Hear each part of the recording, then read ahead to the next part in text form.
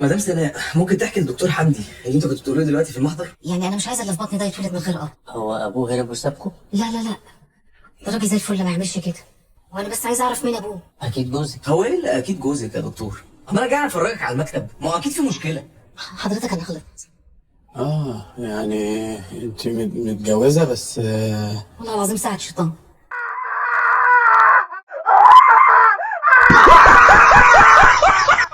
ربنا يسامحني بس، استغفر الله العظيم. طب هي مش المفروض تبقى محبوسه دلوقتي؟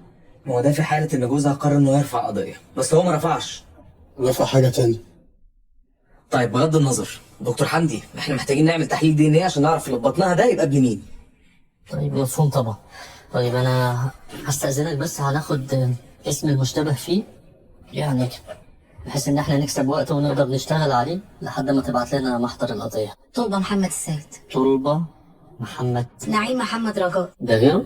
خميس عبود ابو الدهب و اللهم ذكرني. حامد فتحي الباب. احمد عبد الله السيد. احمد السيد متولي. نبي عبد الجليل. محمود علي. وكان اسمه ايه ده؟ وليد واسماعيل البنداري. دول اخوات؟ أو. كنت جبت اسماعيل مرتين. ايه ده؟ هو انا مش ما تتكلمش.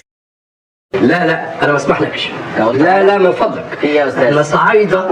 لا لا ايه الكلمه؟ في يا استاذ؟ ايه الكلمه قبل ما تقول حاجه غلط. انت جاي